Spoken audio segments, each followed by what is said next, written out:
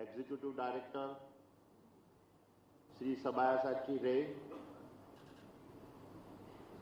esteemed office bearers of the Gems and Jewellery Export Promotion Council, and my dear friends.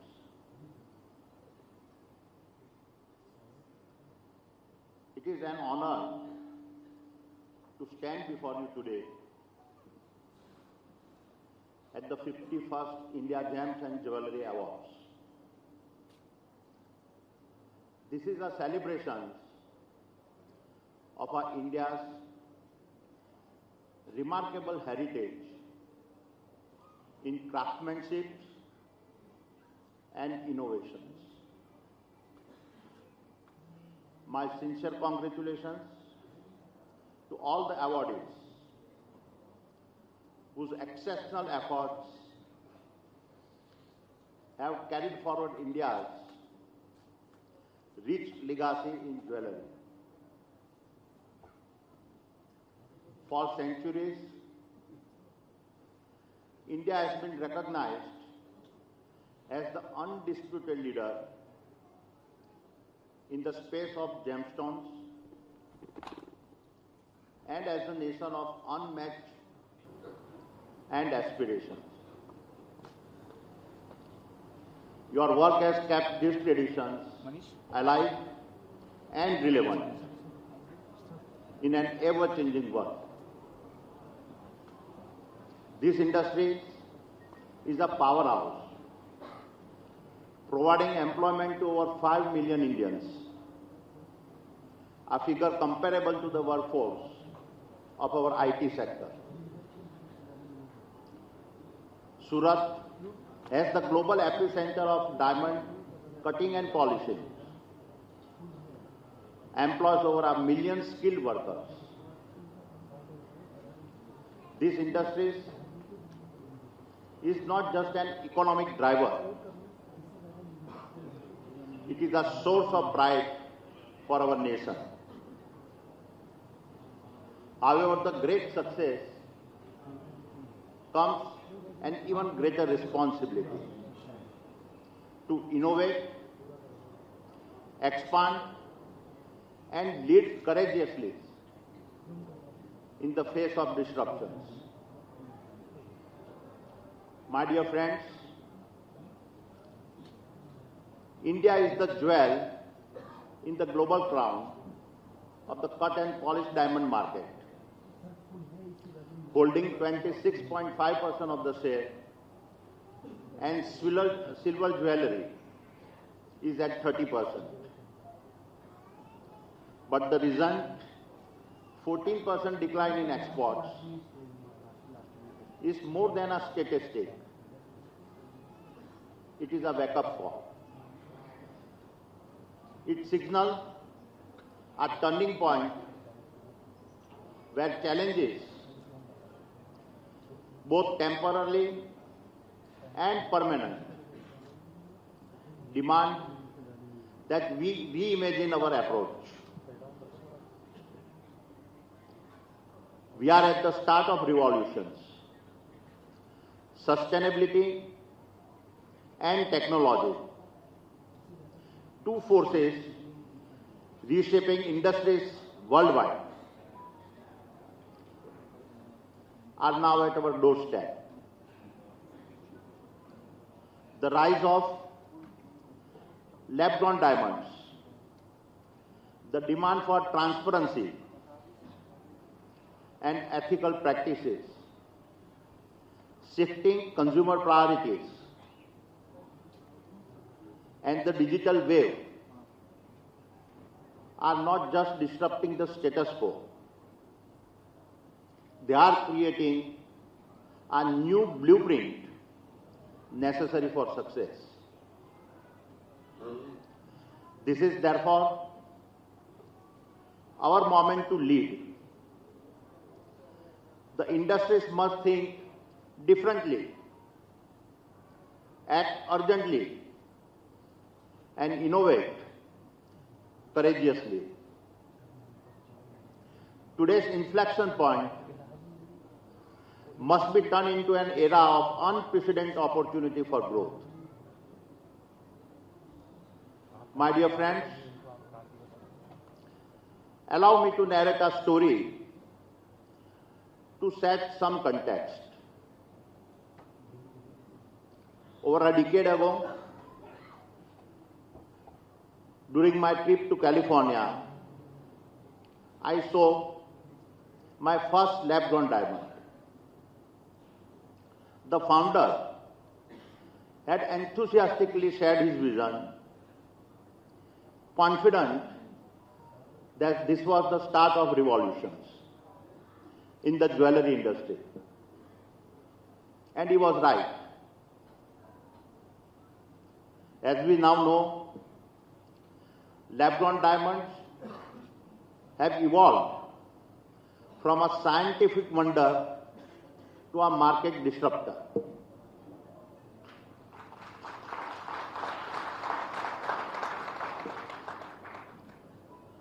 Today they are officially recognized by the US Federal Trade Commission as a real diamonds. These diamonds now cost significantly less than the natural diamonds. Advances in artificial intelligence and material science are pushing their quality and precision even further. It is not far-fetched to imagine a future where we design our own diamonds, specifying every detail from cut to color, clarity and carat weight, making each piece uniquely personal. This is the future we must embrace. Also, beyond traditional gems, the concept of jewelry itself is shifting. Watches, smartphones, and wearables are becoming the new personal status symbols, redefining luxury. Younger generations, in particular, are preferring technology and experiences over conventional luxury goods. Another trend reshaping the market is the growing demand for unique, customized pieces, sparking a rise in custom design services. With technologies like a 3D printing, CAD software, virtual reality, and augmented reality, the process of designing, manufacturing, and experiencing jewelry is on the brink of a transformation. These trends force us to rethink what we produce. They challenge us to create a deeper emotional and a traditional connections in line with changing consumer needs and its behaviors. It is this spirit of transformations that I want to explore today, what it truly means to break the status quo. Only by challenging the status quo can we unlock new opportunity and shape the future. My dear friends, let me start with a personal story about the first time that I broke the status quo. This story holds a very special place in my heart. It laid the foundation of who I was to become. Diamond trading was my first entry point in my journey I took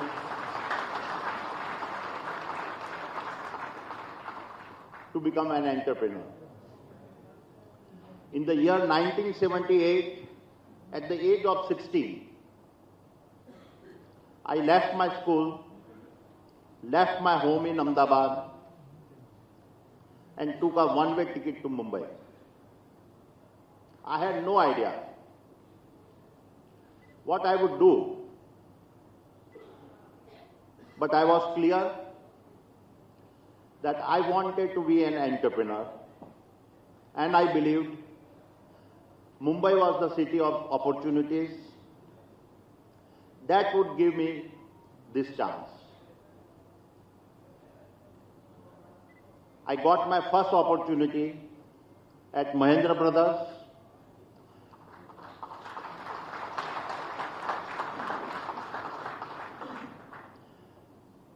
where I learned the art of diamond assorting. Even today, I recall the joy of closing my first deal. It was a transaction with a Japanese buyer, and I got a commission of rupees 10,000.